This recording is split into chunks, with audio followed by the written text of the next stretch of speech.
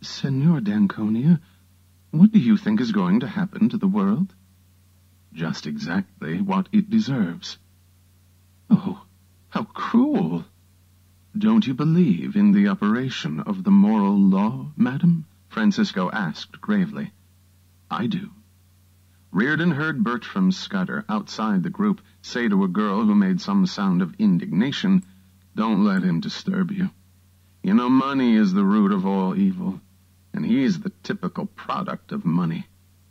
Reardon did not think that Francisco could have heard it, but he saw Francisco turning to them with a gravely courteous smile.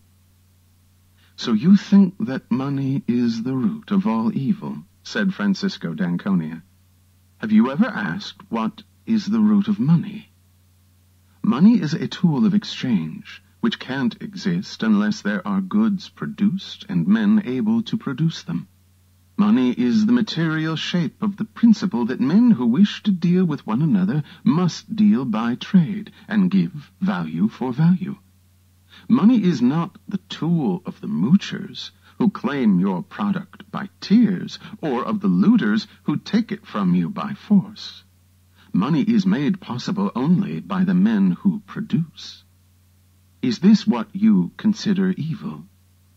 When you accept money in payment for your effort, you do so only on the conviction that you will exchange it for the product of the effort of others. It is not the moochers or the looters who give value to money. Not an ocean of tears nor all the guns in the world can transform those pieces of paper in your wallet into the bread you will need to survive tomorrow. Those pieces of paper, which should have been gold, are a token of honor, your claim upon the energy of the men who produce. Your wallet is your statement of hope that somewhere in the world around you there are men who will not default on that moral principle, which is the root of money. Is this what you consider evil? Have you ever looked for the root of production? Take a look at an electric generator and dare tell yourself that it was created by the muscular effort of unthinking brutes. Try to grow a seed of wheat without the knowledge left to you by men who had to discover it for the first time. Try to obtain your food by means of nothing but physical motions, and you'll learn that man's mind is the root of all the goods produced and of all the wealth that has ever existed on earth. But you say that money is made by the strong at the expense of the weak? What strength do you mean? It is not the strength of guns or muscles. Wealth is the product of man's capacity to think. Then is money made by the man who invents a motor at the expense of those who did not invent it? Is money made by the intelligent at the expense of the fools? By the able at the expense of the incompetent? By the ambitious at the expense of the lazy? Money is made before it can be looted or mooched, made by the effort of every honest man, each to the extent of his ability. An honest man is one who knows that he can't consume more than he has produced. To trade by means of money is the code of the men of goodwill. Money rests on the axiom that every man is the owner of his mind and his effort. Money allows no power to prescribe the value of your effort except the voluntary choice of the man who is willing to trade you his effort in return. Money permits you to obtain for your goods and your labor that which they are worth to the men who buy them, but no more. Money permits no deals except those to mutual benefit by the unforced judgment of the traders. Money demands of you the recognition that men must work for their own benefit, not for their own injury, for their gain, not their loss. The recognition that they are not beasts of burden, born to carry the weight of your misery, that you must offer them values, not wounds, that the common bond among men is not the exchange of suffering, but the exchange of goods. Money demands that you sell not your weakness to men's stupidity, but your talent to their reason. It demands that you buy not the shoddiest they offer, but the best that your money can find.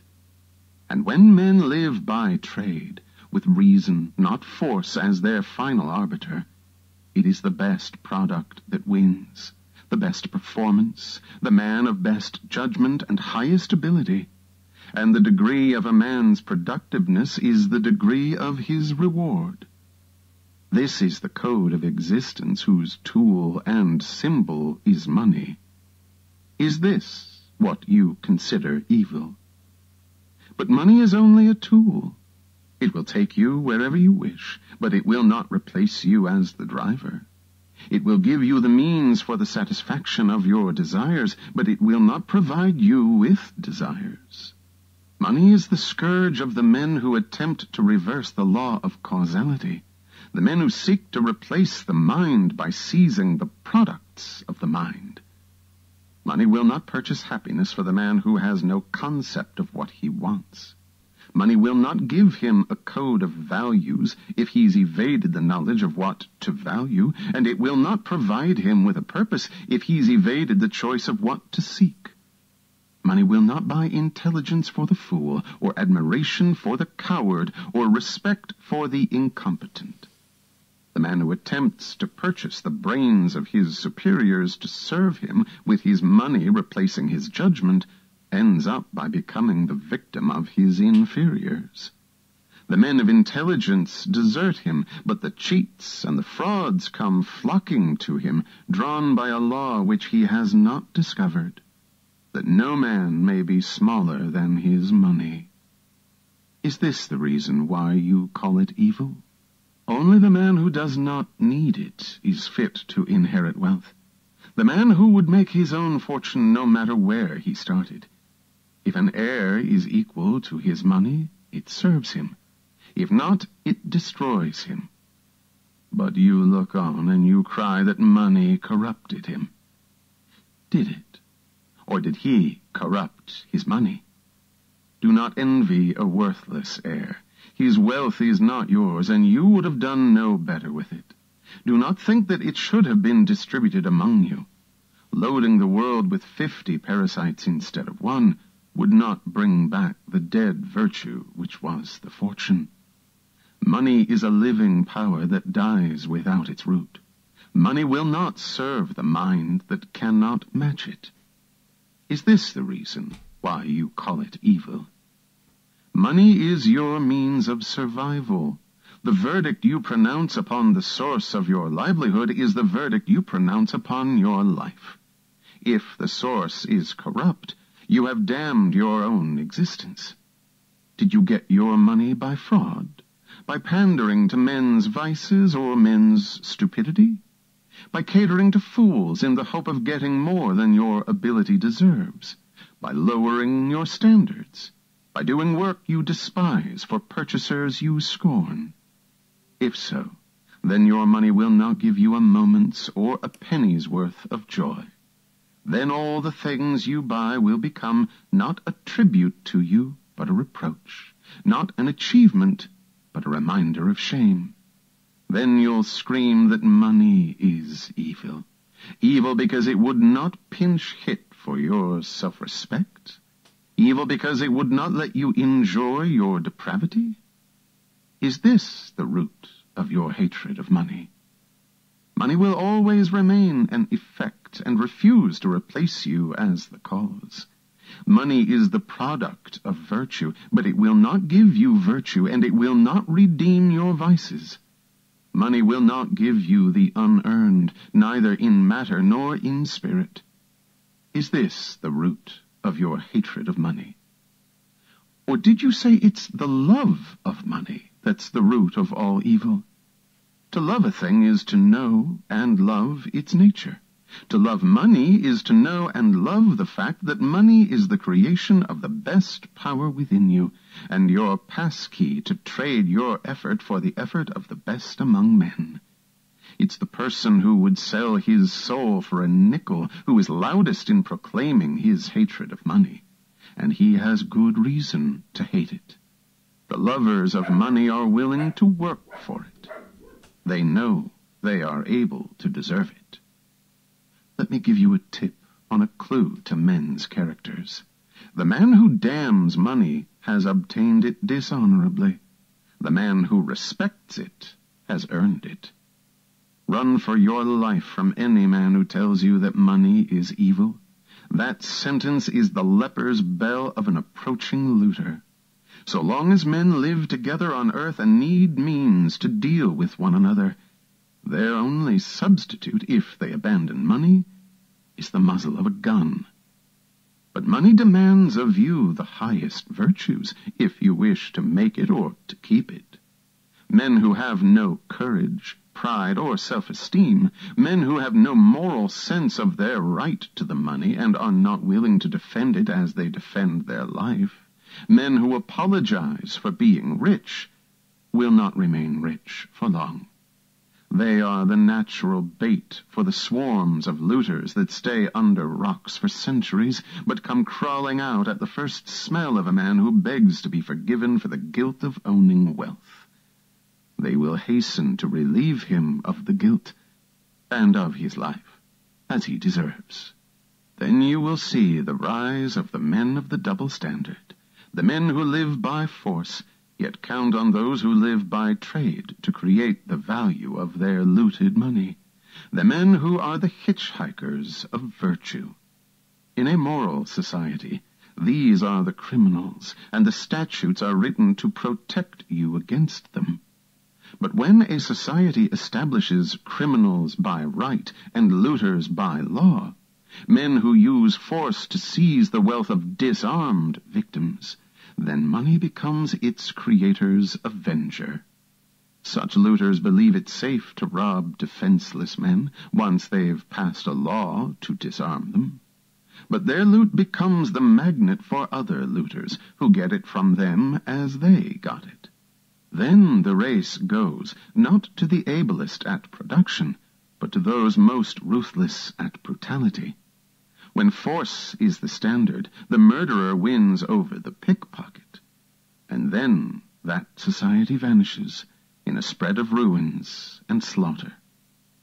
Do you wish to know whether that day is coming? Watch money. Money is the barometer of a society's virtue.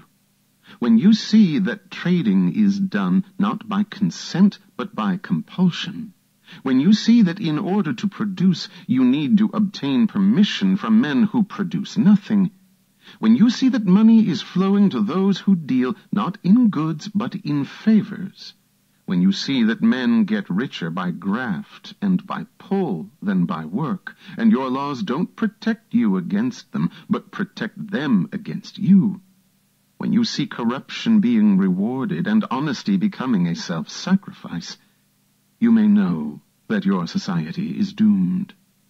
Money is so noble a medium that it does not compete with guns, and it does not make terms with brutality. It will not permit a country to survive as half property, half loot. Whenever destroyers appear among men, they start by destroying money, for money is men's protection and the base of a moral existence. Destroyers seize gold and leave to its owners a counterfeit pile of paper. This kills all objective standards and delivers men into the arbitrary power of an arbitrary setter of values. Gold was an objective value, an equivalent of wealth produced. Paper is a mortgage on wealth that does not exist, backed by a gun aimed at those who are expected to produce it. Paper is a check drawn by legal looters upon an account which is not theirs, upon the virtue of the victims. Watch for the day when it bounces, marked account overdrawn. When you have made evil the means of survival, do not expect men to remain good. Do not expect them to stay moral and lose their lives for the purpose of becoming the fodder of the immoral. Do not expect them to produce when production is punished and looting rewarded. Do not ask who is destroying the world. You are. You stand in the midst of the greatest achievements of the greatest productive civilization, and you wonder why it's crumbling around you, while you're damning its lifeblood. Money. You look upon money as the savages did before you, and you wonder why the jungle is creeping back to the edge of your cities. Throughout men's history, money was always seized by looters of one brand or another, whose names changed, but whose method remained the same: to seize wealth by force, and to keep the producers bound, demeaned, defamed, deprived of honor. That phrase about the evil of money, which you mouth with such righteous recklessness, comes from a time when wealth was produced by the labor of slaves. Slaves who repeated the motions once discovered by somebody's mind and left unimproved for centuries. So long as production was ruled by force and wealth was obtained by conquest, there was little to conquer. Yet through all the centuries of stagnation and starvation, men exalted the looters as aristocrats of the sword, as aristocrats of birth, as aristocrats of the bureau, and despised the producers as slaves, as traders, as shopkeepers, as industrialists. To the glory of mankind there was, for the first and only time in history, a country of money. And I have no higher, more reverent tribute to pay to America, for this means a country of reason, justice, freedom, production, achievement. For the first time, man's mind and money were set free, and there were no fortunes by conquest, but only fortunes by work. And instead of swordsmen and slaves, there appeared the real maker of wealth, the greatest worker, the highest type of human being, the self-made man, the American industrialist. If you ask me to name the proudest distinction of Americans, I would choose, because it contains all the others, the fact that they were the people who created the phrase, to make money. No other language or nation had ever used these words before. Men had always thought of wealth as a static quantity, to be seized, begged, inherited, shared, looted, or obtained as a favor. Americans were the first to understand that wealth has to be created. The words, to make money, hold the essence of human morality. Yet these were the words for which Americans were denounced by the rotted cultures of the looters' continents. Now the looters' credo has brought you to regard your proudest achievements as a hallmark of shame, your prosperity as guilt, your greatest men, the industrialists, as blackguards, and your magnificent factories as the product and property of muscular labor, the labor of whip-driven slaves, like the pyramids of Egypt. The rotter who simpers that he sees no difference between the power of the dollar and the power of the whip ought to learn the difference on his own hide, as I think he will. Until and unless you discover that money is the root of all good, you ask for your own destruction. When money ceases to be the tool by which men deal with one another, then men become the tools of men. Blood, whips, and guns, or dollars. Take your choice. There is no other, and your time is running out.